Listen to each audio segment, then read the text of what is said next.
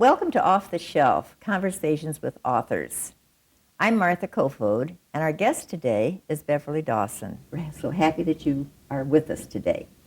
You have done some books on Glenview history in particular, and the Naval Air Station as well. Would you tell us how you came to write these books? Well, thank you, Martha. It's a great pleasure to be here. I would need to give you a bit of background about the fact that I really never intended to be an author. I might be called the accidental author. The publisher, one of the editors for Arcadia Publishing, who published my books, had contacted the Glenview History Center, then the Historical Society, and had said he really would like to have a book about the Glenview Naval Air Station.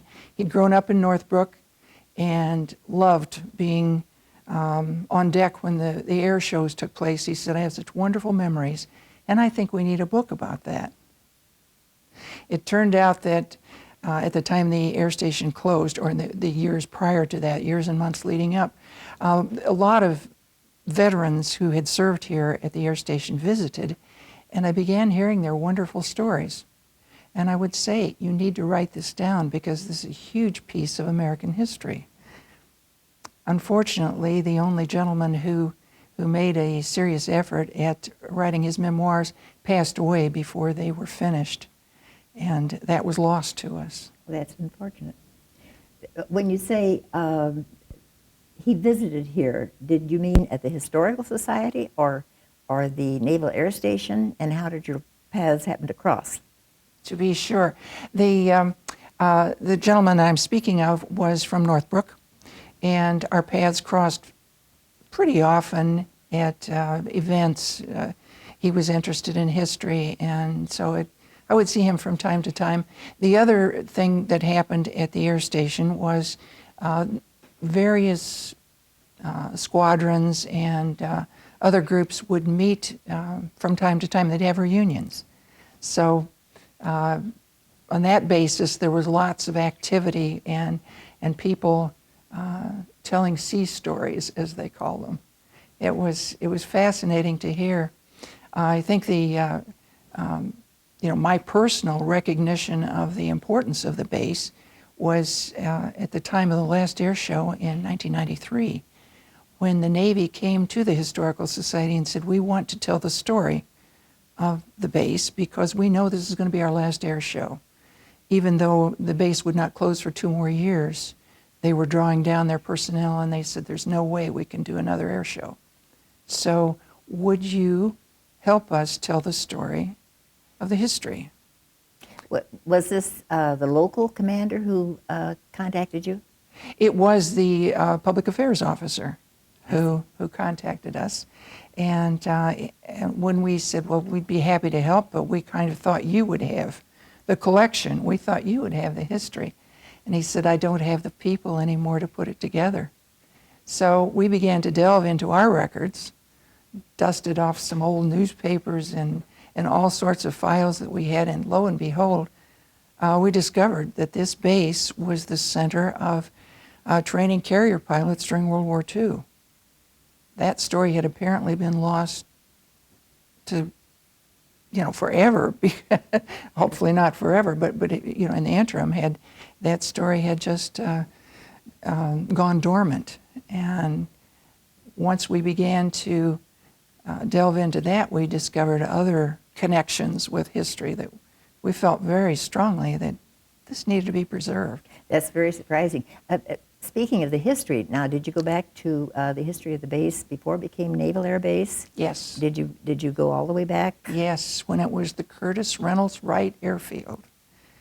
We were really intended to be O'Hare. If you can imagine, this airfield was built in 1929 with the intention it would be Chicago's Metropolitan Airport. The airport we know today as Midway was Municipal Airport, 1927. but the air quality over Chicago was so bad, the pilots couldn't see to fly. The smog was terrible. Everybody burned coal. And, of course, the air quality was so bad. So the Curtiss Flying Service bought some land and decided to build this wonderful facility, dedicated it 10 days before the stock market crashed in 1929. Needless to say, their grand plan never took off. Well, that's an interesting bit of history. So then the Navy came in when? 1937. The That's naval. just a short time after. That's right. It's Relatively. right. It no doubt. The Navy's arrival here no doubt saved the airfield because it had been struggling ever since it opened. A few air shows, flying lessons, that sort of thing, but it struggled along. And then the Navy moved its naval aviator training program here from Great Lakes. Great Lakes had been in place for years, but as the planes became heavier and faster, bigger engines, they needed longer runways. There was no place at Great Lakes for that. Sure. You've obviously done a great deal of research on this. Did you have access to any information other than your historical society information? Did you go Yes. into Chicago archives or? Yes, I have been delving into everything from the local facilities, the local information, up to the National Archives. So we've had a lot of digging to do. Old aviation journals, just a plethora of resources. Sure. Do you work with a computer? I do. I couldn't do this if I didn't. I don't mean to give the impression that I'm an expert, but I do the word processing part Highly of it competent. reasonably well. Yes, yes. Very good. And how did you, you said the publisher contacted you. Yes. And why did the publisher do this? What? Well, as I mentioned, the young man had grown up in Northbrook and had been in Glenview to attend the air expos, and he loved it. He said he used to park his car at the periphery of the base and watch the planes take off, and he just loved that part of history. So he said, somebody needs to write this. And I sent an email back, said, I agree. Good luck finding someone. Please let me know how it turns out. But he had he was in the publishing field. Yes. I missed that earlier. Thank you. Thank you. Yes, he was. And that publisher is? Arcadia Publishing. They do the Images of America series, the small, in a nutshell, histories of, I think they've covered just about every suburb in our area now. Now, you mentioned off camera that you had done some other writing other than these two books. I had a few items published. Probably the most interesting was in the publication called Historic Illinois, published by the Illinois State Historical Society. When Hangar 1, the old Hangar 1 at the base was named to the National Register, I wrote an article detailing its history and how we came to nominate it for the National Register. And that was published in 1999. I see. All right. And then your history of Glenview. When did you start that? And you said that the Naval Air Station book came first. Yes. Same publisher. Same publisher. Same editor called and said, now I think we need a history of Glenview. And my thought was the wonderful Centennial book just came out in 1999. Mm-hmm. That was in commemoration of the village's 100th anniversary. So I thought, gee, that's pretty new, and I wonder if there's a market for another book. So we talked it over, and we decided that the Centennial book had been pretty comprehensive. Perhaps the emphasis for a Glenview book might be only up to its 75th anniversary, the first 75 years rather than the first 100 years. So that's what I concentrated upon, and that's the way it turned out. And the archives for that, your sources of information? That was almost entirely the History Center archives, the files, nearly all of the photographs came from that collection. Are those duplicated or protected in some way so that they could never be lost? Yes, we're archiving them every week. Our team meets every week, and we're constantly archiving. We're digitizing. We're trying to pull those all together so that the collection is a forever collection. Do you have any ambitions or plans for any further books?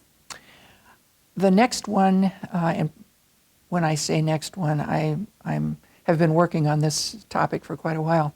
It deals with the biographies of the men whose names appear on our Glenview Veterans Memorial. I've been working on that project for about 2 years. I have a good bit of information, but I have still to delve into 3 of the men. I just haven't been able to find all the information that I want, so I'm continuing with that. But eventually I'd like to put that together in book form so that we don't lose their stories. Have you talked with local living veterans that Yes. could contribute to the history of their experiences? Yes, we have.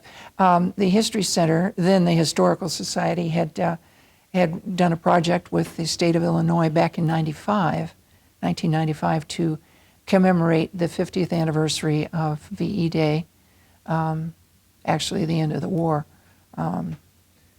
VJ Day was in August, VE Day in May of 1945. So this project was to gather as many stories as we could from veterans, from people who served on the home front, people who worked in defense plants, prisoners of war.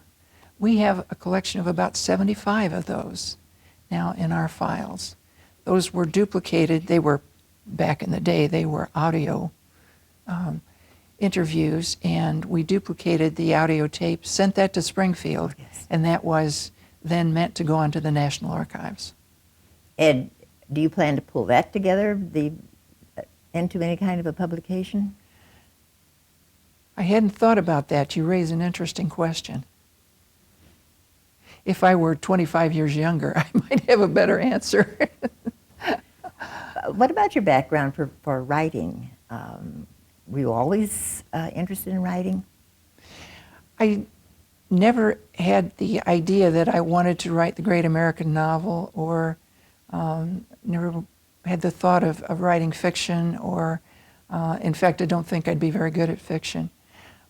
But my inspiration came from the need to have this information down in writing so it's not lost to future generations. I think especially the village history and the air station history is just something that our future generations need to know, be aware of, and to have. How do you set yourself up to launch these projects? Well, you asked me a very thought-provoking question, because I really had not revisited that before you asked. So I'll try to answer your question as best I can. When I did the air station book, I began with the history of the Curtiss Wright Airfield, and that, interestingly enough, I'd begun to pursue that at the time we discovered the original information back before the air station closed. I really, to tell the truth, had in mind to do a book about the Curtiss Wright era and the history of our airfield, because I'd always been interested in aviation, but I had never run across this information before. And when I began to think, my gracious, we in Glenview could have this enormous international airport right in our backyard, And we'd probably all be living in Elk Grove Village if that were the case. So I began to research that part of it and make notes and gather photos and whatnot. Then that kind of went dormant for a while because I had caregiving responsibilities for my parents who were ill. So that went dormant for a good while. I can understand that. Now, when you say you made notes, did you have 3x5 cards? Did you put them on the typewriter? Or at that time, did you have a computer? Yes, I did have the computer, and I kept it all on computer. And if you saw my desk, you'd be horrified because I have little bits of paper stuck everywhere, and it nearly drives my husband wild because he's such an organized person. But even though it looks like chaos, I can put my finger on the piece of paper that I need. Did you have a mentor, someone who you admired, who wrote well? I have to attribute my interest, my daughter, who's a journalism professor. That She explains teaches something. at community college, and she really was my inspiration to go ahead and do this. She has always been quite interested in writing from the time she was in elementary school. But it just never fired my imagination the way it fired hers. Has she been a contributing editor? Has she checked your work? She does. She has been very good about editing my work, offering suggestions. She has been probably the wind beneath my wings. Yeah.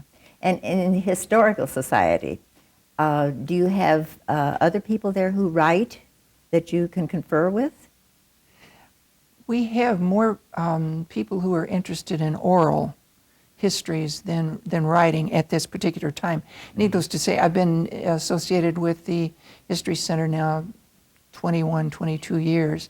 And over the years, people come and go, of course, but right now we don't have too many people who are interested in writing, more in collecting, more in photos, that sort of thing. Do you have steady contributions to the History Center from the past, or is it more current? Actually, it's a combination of both. We at the History Center watch all the media, especially the newspapers, periodicals, for material that's relative to Glenview, and we have files, many file cabinets of information, clippings and that sort of thing. The way we acquire our photographs is pretty much just donations from the public. Individual may be clearing out their great aunt's home after she passes away, and they will bring a big box of photographs for us to look at, and some of them are just gems. They're just treasures. Others, of course, so often they're not identified. We don't have the luxury of having captions for everything, so we have to do some digging. And fortunately, we have a lot of people who are associated with the History Center who grew up here, so they can help. They say, "Oh, I knew him. He worked at thus and so," and so we're very fortunate to have. How do you catalog all of those photos and clippings? Do you by year, by family, by organizations? Actually, Cross-reference? Yes, it's a cross-reference process. We have an acquisition number for each photograph, so that we don't have more than one photograph with a specific number. Then, after we take them in, we categorize them into schools and churches and businesses, that sort of category. Well, that's interesting information. Thank you so much. And thank you again for being with us, Beverly. We appreciate it so much. It's my pleasure, Martha. Thank you for having me. Thank you. And thank you for watching Off the Shelf Conversations with Authors.